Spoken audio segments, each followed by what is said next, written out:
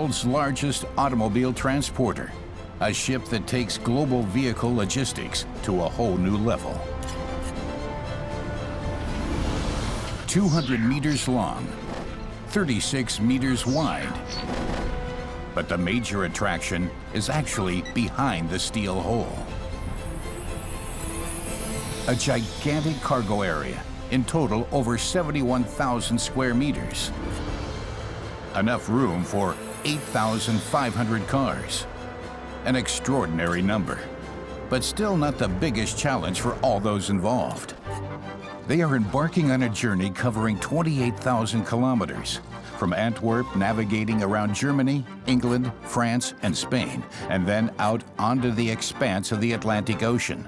From there, across the pond to ports in the US and Jamaica, through the Panama Canal onto the Pacific, and all the way to New Zealand and Australia. All that in just 50 days. The planning for this mammoth task is all his responsibility, Port Captain Per Henningsen. For this usually unflappable Norwegian, it's a permanent race against the clock. Here in Antwerp, he needs to board 1,000 cars. But the head planner has just 16 hours for a secure loading process.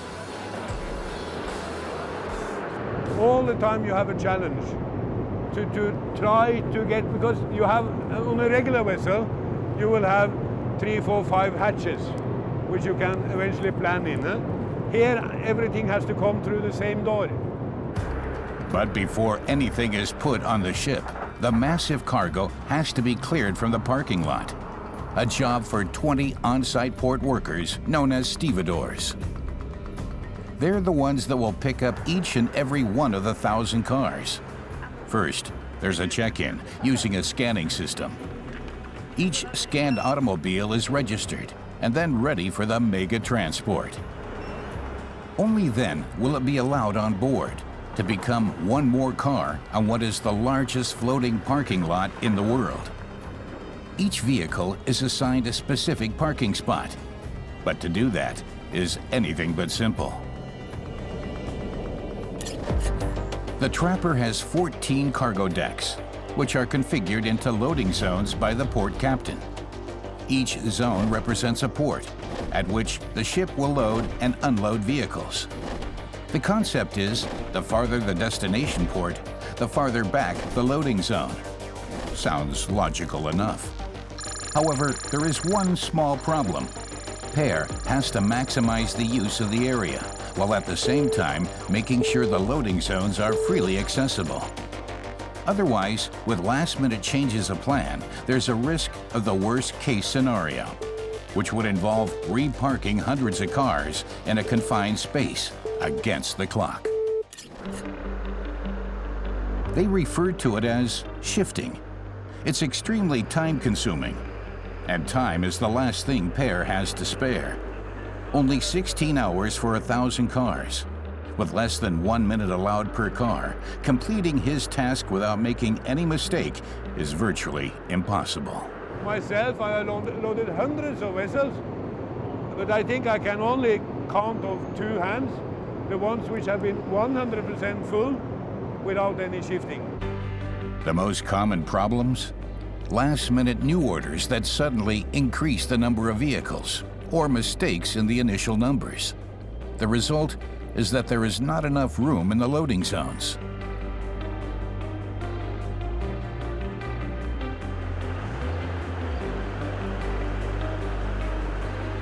The person responsible for making sure the cars get to their assigned spots is foreman Dimitri Gomerin. He checks the cars in for Port Kembla in Australia and Auckland in New Zealand. What's extremely important here is non-stop contact with his head planner. Yep, that is very good. Finish as indicated here. Leave this open. Yes, the Auckland. Leave the Auckland. Yeah. Forget about that, then you are finished. Yeah. And then the Auckland over here. Yes, and make the complete flow stop. Yes. Most of the cars are brand new from the factory. Dimitri's job, a permanent balancing act between speed and precision.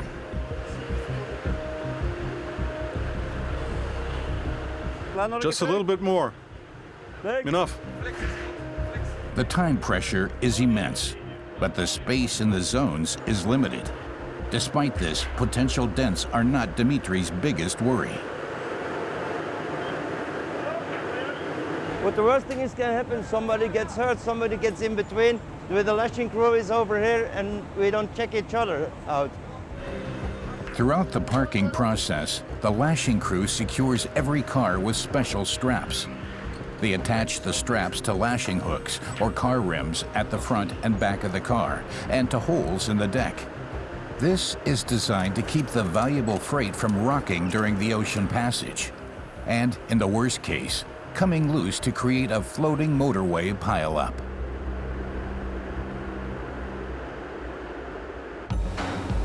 More than half the allotted time has now passed, and the first two decks are filling up. But a bit too much, according to the plan from Port Captain Per. Okay. We loaded for Port Kembla 112 already. As today or including what they did yesterday? I don't know, did they load yesterday as well, the Port Kembla? Yeah. The problem, a last-minute order for a delivery to Port Kembla, Australia. But the loading zone for that is already full. And the cargo for Auckland, New Zealand is ready to be parked. Port Captain Per has to improvise while keeping one eye on the clock. Maybe you can just leave it open for the time being. You finish Port Kembla. Yes, like always, yes. And then you go down. And then I fill up with the Auckland, or fill up that with Auckland. yes. And then eventually when you need, you go upstairs. And Oh, for the balance. Yes. You want the balance over here? Yes. Okay, no problem. The Trapper has an enormous total load capacity of 21,000 tons. Per has to keep the weight of the cargo evenly distributed at all times, so that the ship does not tip. It's a mega challenge, especially when it comes to last-minute changes. Per redistributes the cars on the spot. The new ones for Port Kembla are going to fill up the zone for Auckland. He spreads the spaces that were lost across 3 other decks. High-pressure work for Foreman Dimitri and his team of stevedores. 150 cars suddenly need a new parking place. Time to go before the planned departure? Just 3 hours.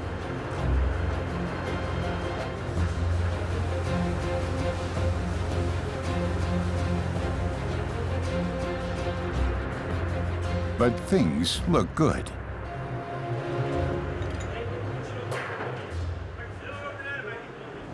Okay. 1,000 cars are in their proper positions, even 1 hour ahead of schedule. Station 1 of the mega transport finished, but there's still 2 months and a whole lot of work to do until they reach their final destination. Until now, only the uppermost 2 decks of the gigantic transporter have been loaded. Some decks remain sparsely occupied, while others are completely empty and waiting for their cargoes at upcoming ports. Next stop, Bremerhaven. Port Captain Per is already starting to prepare for the loading process there, because in Bremerhaven, he expects more than simple cars. This cargo is shifted from deck number 8 to be able to load trucks. The largest vehicle transporter in the world doesn't just carry automobiles. It also hauls all sorts of high and heavy cargo. This is only possible due to the Trapper's special flexible decks, whose height can be adjusted in order to accommodate some pretty monstrous machinery.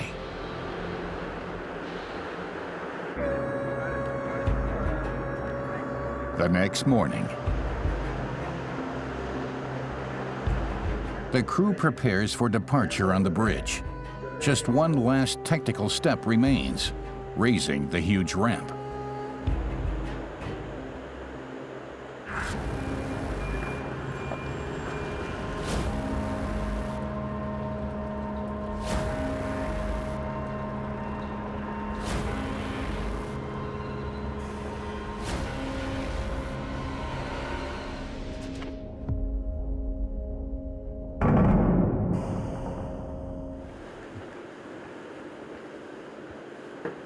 Is everybody ready? Let's go. Starting time for the Mega Transport's trip around the globe.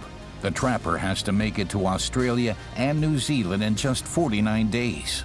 Along for the ride, thousands of cars, but the biggest cargo of them all has yet to be loaded. The ship travels through the inland waters of Belgium in the direction of the North Sea. Then, 500 kilometers along the coast of Holland and Germany to Bremerhaven. Day 3 of the Mega Transport and halftime for the first crossing. For the crew, everything is running calmly and comfortably.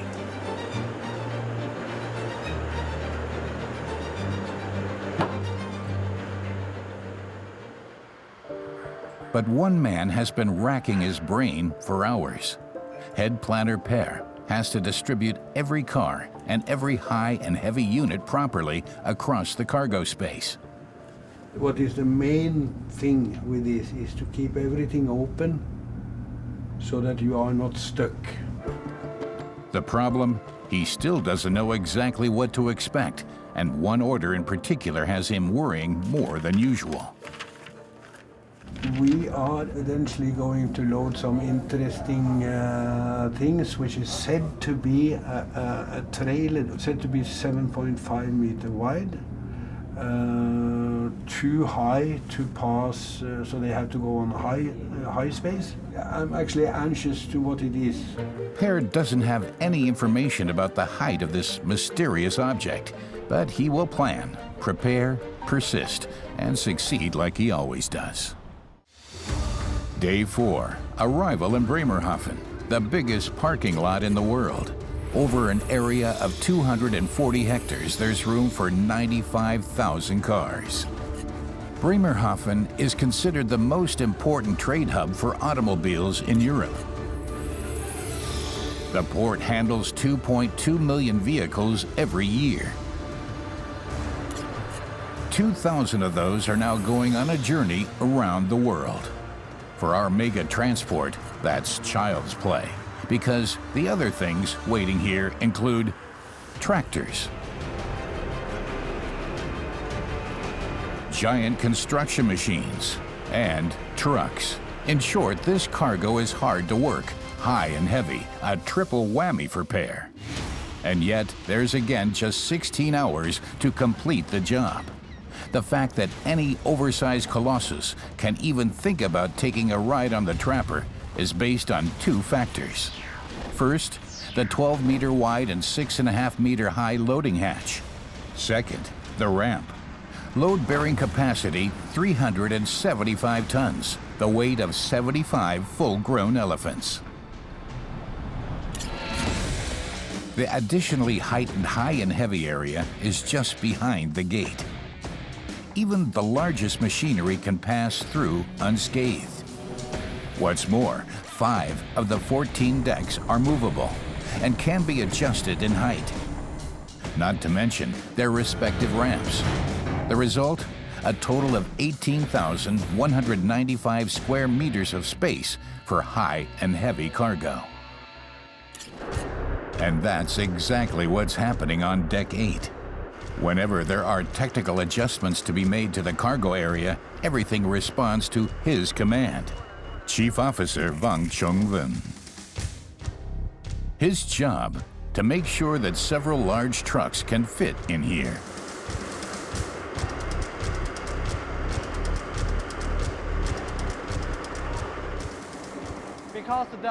The height of this deck right now is 2.3 meters.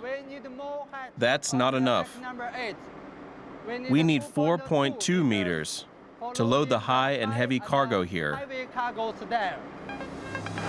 In just a few minutes, the cargo height practically doubles, and all that without any complicated technology.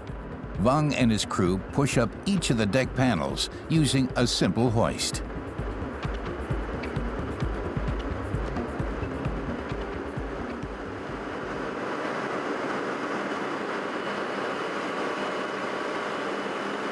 Is everything all right up there? Everything's okay. Last step. The panel has to engage into the safety supports. Time needed to work on each panel? Less than 5 minutes. After just 1 hour, the entire deck is almost twice as high as it was before. This is a very great function for us. It allows us to transport way more cargo according to different cargo types. In this case, to accommodate commercial trucks. The concept is that, as in Antwerp, stevedores drive each of the 100 trucks to its planned space. Fasten down and done. After about 8 hours, the last square meter of the deck is full.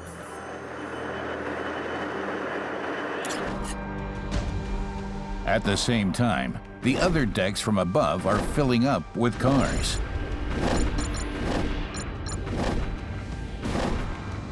Extra high decks 5 and 3 are still basically empty, but all that's about to change.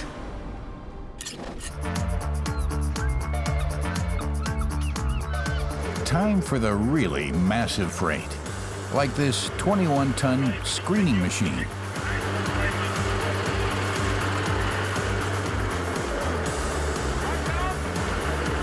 Mobile high and heavy units have to go to Deck 3, one ramp below. It's a process that can cause serious problems when dealing with such a colossus.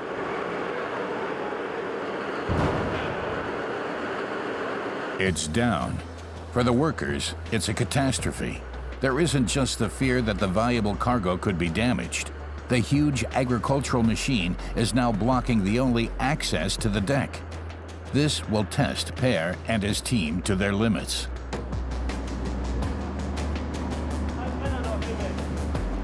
Keeping to the tight schedule?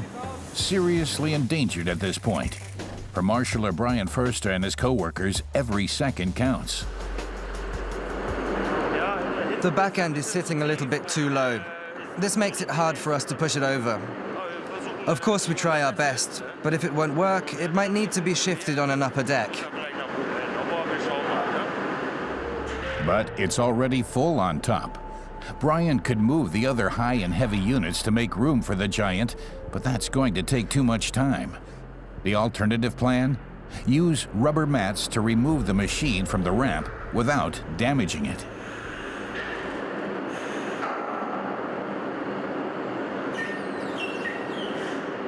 But the first attempt ends in failure.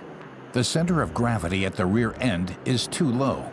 Brian needs to think fast, because the next giant is already waiting. Meanwhile, main deck 5 is slowly filling up, but there's a problem brewing here as well. Our head planter Per is still calmly waiting for his mysterious cargo. Supposedly a 7.5 meter wide unit on a long trailer. But that's all he knows about it. And that's not the only thing testing his nerve. Most of the time the problem is the height. That actually the measurement is not correct. The result of having the wrong dimensions? Seriously sobering. The high and heavy area is completely full up, and the adjustable panels of the cargo deck above already raised to the absolute maximum. Per has just 2 hours left until the trapper's planned departure from Bremerhaven. But right now, all he can do is wait. A long, unnerving wait. But then... It is big. Talk about big. The cargo, the bucket of an enormous dump truck. Per's initial irritation has now developed into real worry.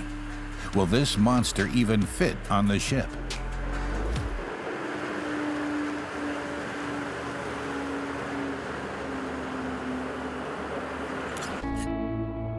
Meanwhile, on Deck 3.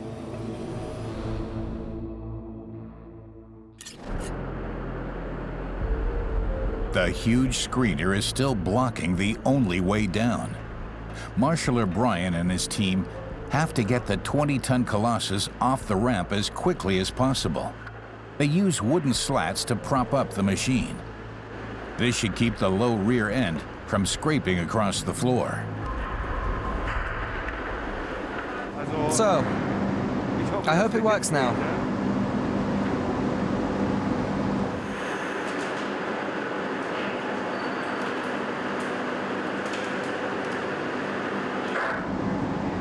Looks good. Sure enough, the machine slowly starts to move.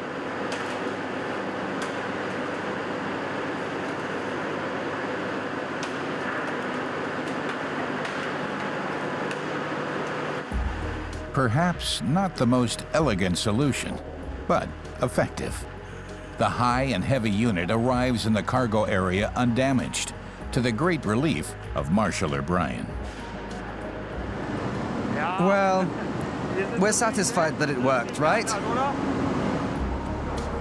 Now the path is clear for the really big cargo. Despite the continuing occurrence of minor adversities, hundreds of tons of the high and heavy cargo loads make their way to the deck on schedule. Construction machines, cranes, excavators, the big, bad, and heavy are all in attendance. A good hour before quitting time, there are 199 of the big boys on board. Just one is still missing.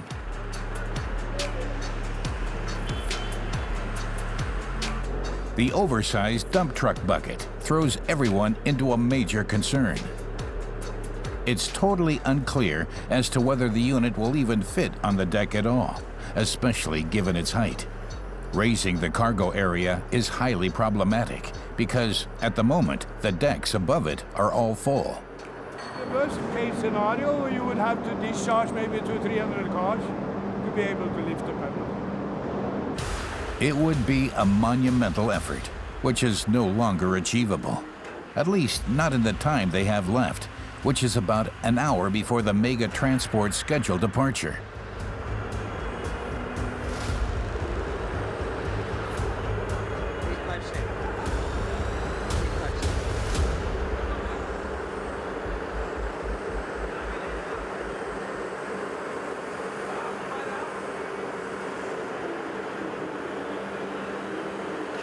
Mission accomplished.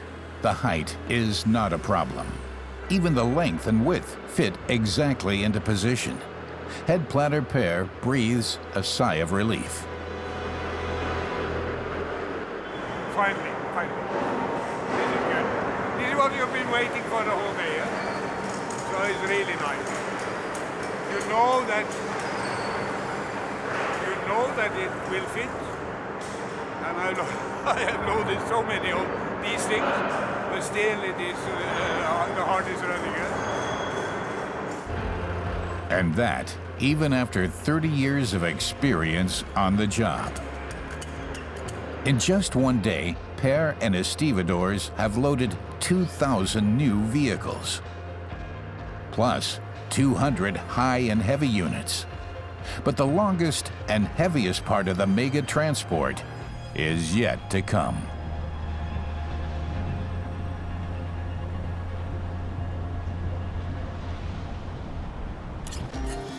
Loading and unloading continues at the next stops in Europe: England, France, and Spain. The ship then travels all the way across the Atlantic and to the east coast of the United States, via Jamaica, and to the Caribbean Sea. A real tight spot awaits the mega transport there: the Panama Canal. Day 28 of the Autoliner's journey from Europe to New Zealand. The trappers expected to reach Panama by morning. The full responsibility for the mega transport lies with Captain Suv Chung. More than anything, he has to keep one thing in mind: the weather. Show me the weather forecast. What's our situation? It looks like, oh no, there's a lot of yellow and red. Reports are calling for heavy storms directly at the Panama coast. It's a serious danger for the mega transport.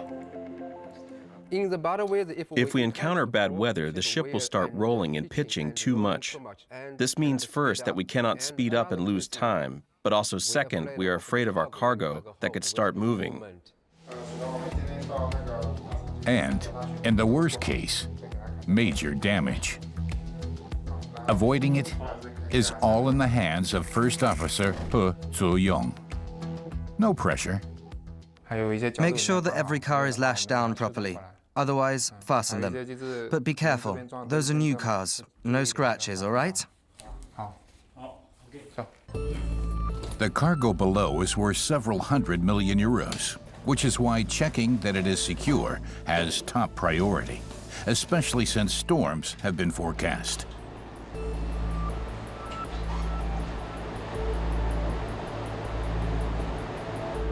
Checking the cargo regularly has another reason.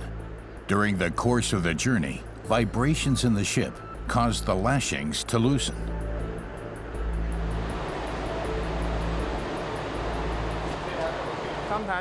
Sometimes the lashings aren't fastened down properly. Sometimes the angle isn't right, and some cars are even missing a lashing. Lashings need to be anchored at a 45-degree angle. If they're too loose, the cars could shift. And because they're parked so close together, they would then crash into each other.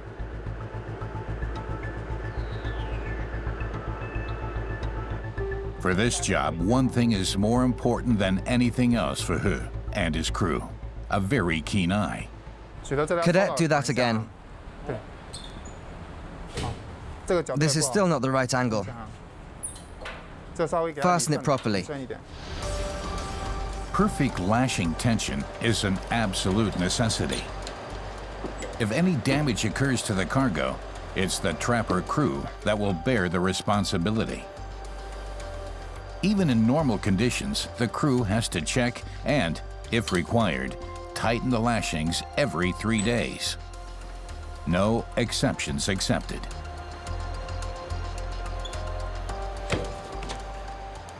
We need to check every single car. To prepare for the looming storm, the guys add chocks to make sure the cars don't move. It's an extra security measure that for 8,500 cars takes several hours to complete. And yet, it's absolutely necessary for getting the cargo safely to its destination undamaged. Finally, the First Officer He makes a last check. Time to call it a day. As the ship continues to approach the storm, there's nothing left for the crew to do but wait. They're a tight group, and no wonder. Many of them spend up to 4 months at a time together on the high seas.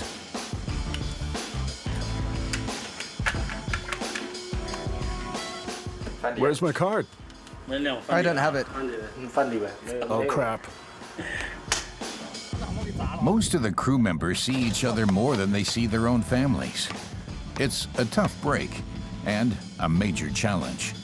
Each of them plays their part in making sure a mega transport of this magnitude is pulled off trouble-free. But trouble-free isn't how you describe the bridge at the moment. The storm brewing is a major source of worry for Captain Su. The trapper must pass through the Panama Canal tomorrow. Otherwise, it could take days until they receive a new transit approval. A storm on the open seas would be a problem, but in the unforgiving confines of the canal locks, it could be a catastrophe. If the wind blows from starboard, from port side, or any other way, the vessel could deviate from the course. But in the lock, there is no room for deviating, which means the vessel could collide with the lock's wall. The transit slots for the Panama Canal are scheduled precisely. Any deviation would cause a major backup and is therefore not tolerated. You're nervous. Really, you're nervous. But you always have to keep calm. The trapper's scheduled transit, 4 in the morning, in complete darkness. But even in the best conditions, the trip will be a challenge. The Panama Canal joins the Atlantic and Pacific Oceans. First, there's a 3-level lock system that lifts the ship 27 meters to the man-made Gatun Lake. From there, it's 82 kilometers through the narrow canal. Another lock awaits them at the end, which will take the trapper onto the expanse of the Pacific Ocean. For a mega transport like ours, such an excursion was impossible until very recently. The canal is over 100 years old and was designed for the largest ships at that time. Maximum width, 32.3 meters. For behemoths like the Trapper, that's not enough. Canal authorities began construction on newer, larger lock systems in 2007. Since its opening in 2016, ships belonging to the so-called Neo-Panamax class can now transit the canal, and that includes the Trapper. But even though the new lock chambers are 55 meters wide, for the Trapper, this means not even 10 meters clearance on either side.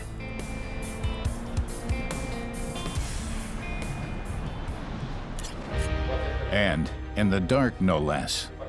On day 29 of the mega transport, the Trapper is at the Atlantic side entrance to the canal on time, at 4 o'clock in the morning, Agua Clara.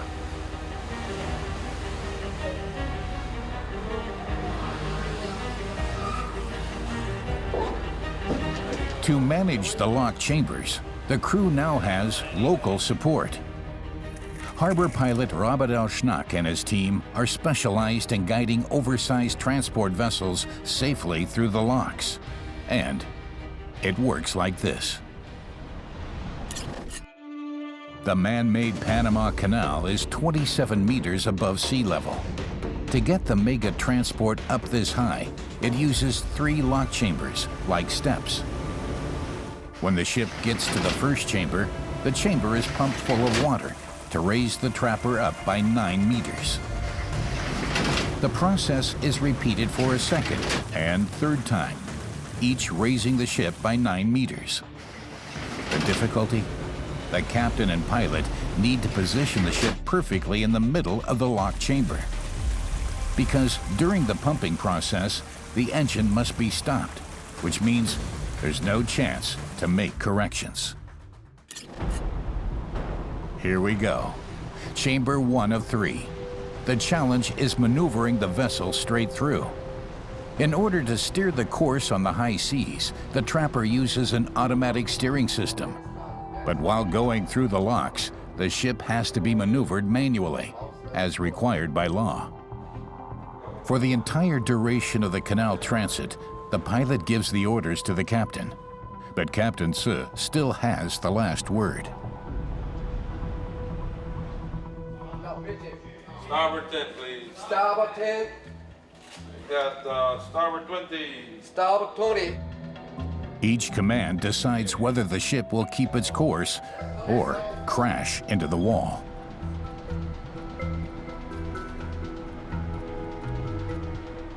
We have to hold the ship steady like this without any deviation. Not deviation too much. Stop engine. Stop engine.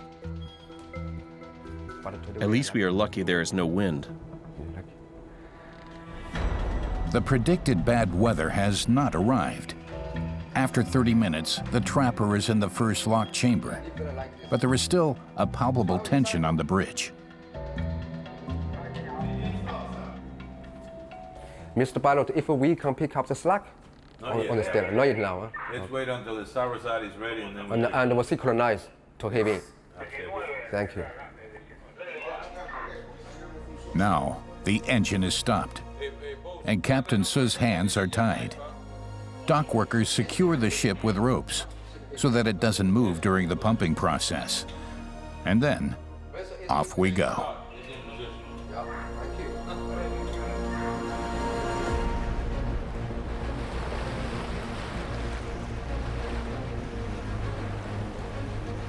Within 8 minutes, the Trapper is raised 9 meters.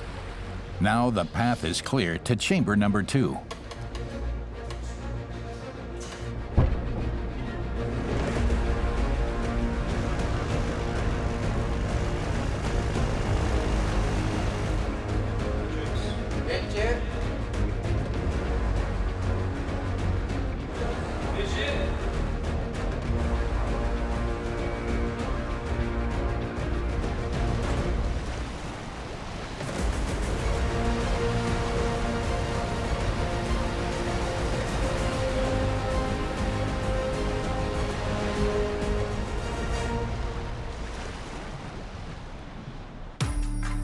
Until now, everything seems to have run smoothly. But just before the next stop, the ship comes dangerously close to the lock wall. Now every command has to be perfect. No mistakes, no excuses.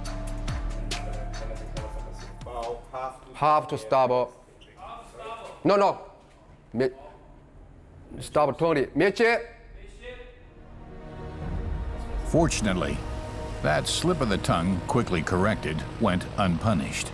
Not all do. The chamber fills with water from the Gatun Lake, raising the trapper to 18 meters.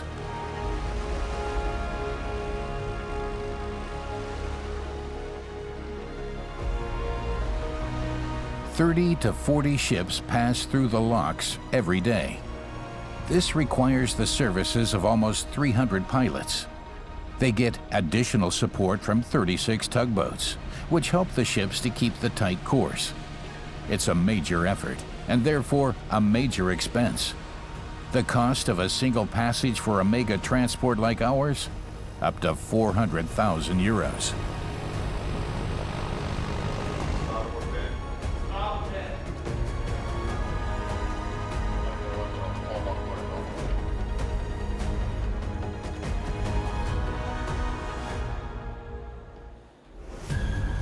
Now, just the third and last lock chamber to go.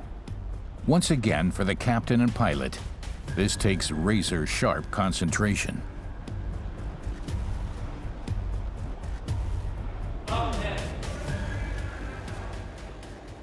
Stop engines. Stop engine. Bow full to port. Bow full to port.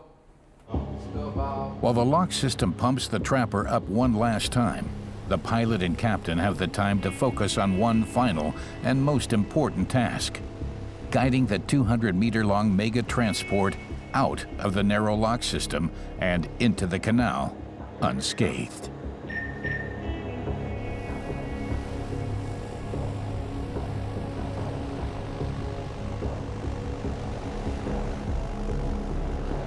The trapper is now 27 meters above sea level, the level of the Panama Canal. To safely reach it, Captain Se needs to bring the trapper out of the lock in as straight a line as possible. To do this, he uses the yellow line as a guide. So that the rear does not swing out, the ship must always move parallel to the line.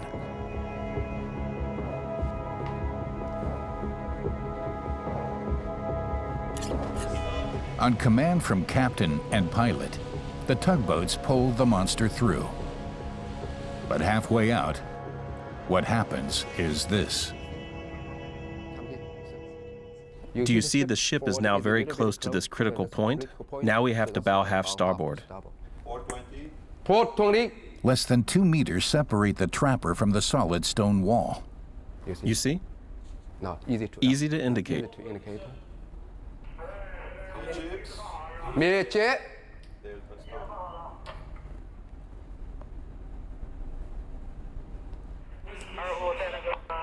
Okay, midship. Third officer, is the back out of the lock? It has just gone out. Starboard 10. I repeat, it has just gone out. Great. So we are safe at the back corner? Are we safe? Exactly, we're safe. Okay. Midship. Bow half to starboard. Midship. That's star bow. Mr. Pilot, ship is staying clear of this corner. Okay, good. Thank you. They did it. After 3 nerve-wracking hours, the ship and its cargo remain undamaged and can continue their journey through the Panama Canal.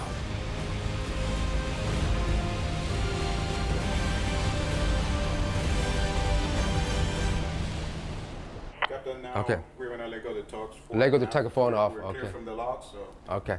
we're free. Totally clear from lock. Yeah. The pilot disembarks. Captain Se once again takes full control of his ship. I'm feeling very happy. And Excited. also, Yeah, absolutely. Today, we can pass the new Panama Canal because I had a very good cooperation with the pilots. For the mega transport and its extremely valuable cargo, it is now time to traverse 82 kilometers on one of the world's most iconic and important waterways. The transit takes all of 9 hours. Traveling through the Panama Canal saves the ship an impressive 3 weeks of travel time, which you would otherwise need to get from the Atlantic to the Pacific Ocean. No wonder that annually, in excess of 15,000 commercial ships travel through it. Since the expansion, the annual cargo loads have doubled to 600 million tons. That's 6% of all maritime freight traffic in the world, which includes our mega transport. And even after 20 years of professional experience, it's still a special event for Captain Tzu. I am very proud to be captain on this vessel, and I'm excited to experience the Panama Canal. The Trapper is scheduled to reach Australia and New Zealand in 3 weeks.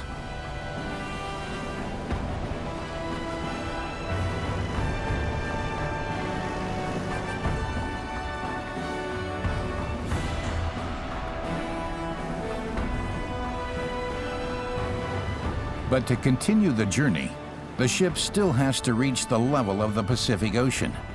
At the end of the canal, Tzu and his crew face another 3-chamber lock system, the Kakoli locks.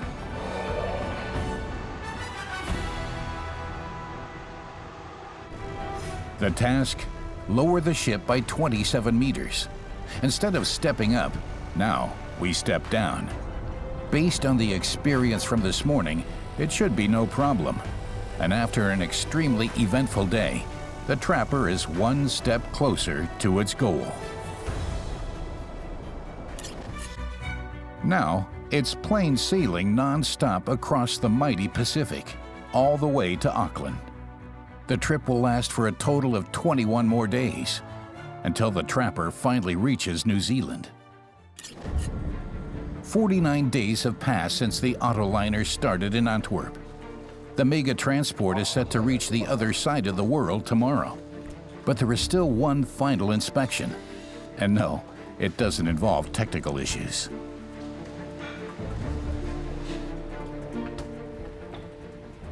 If we have any insects on board, this is against the law, especially in countries like Australia and New Zealand. In the worst case, the authorities could prohibit the crew from opening the gates and keep them from delivering thousands of cars. Okay, Chef, we're going to check the kitchen now. It's no joke. A crew looking for needles in the haystack. Top priority, for certain. Chef, you've got cooking oil here. I can feel it on my fingers. Brush that away. Chef, come here. The floor is dirty. You should wipe down here, okay? Okay. New Zealand has some of the strictest quarantine regulations in the world, especially when it comes to food. We're literally talking about every grain of rice here.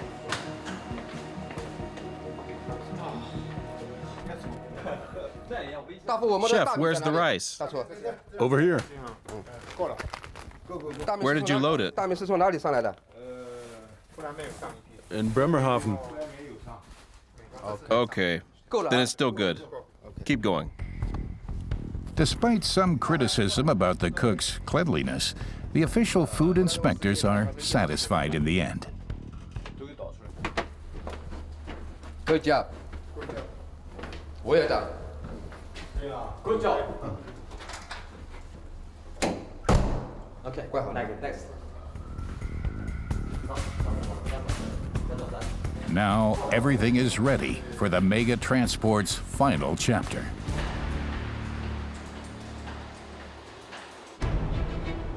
Day 50. Despite a monumental stretch of over 28,000 kilometers, the world's biggest autoliner is on time at its first port of call on the other side of the world, Auckland, New Zealand.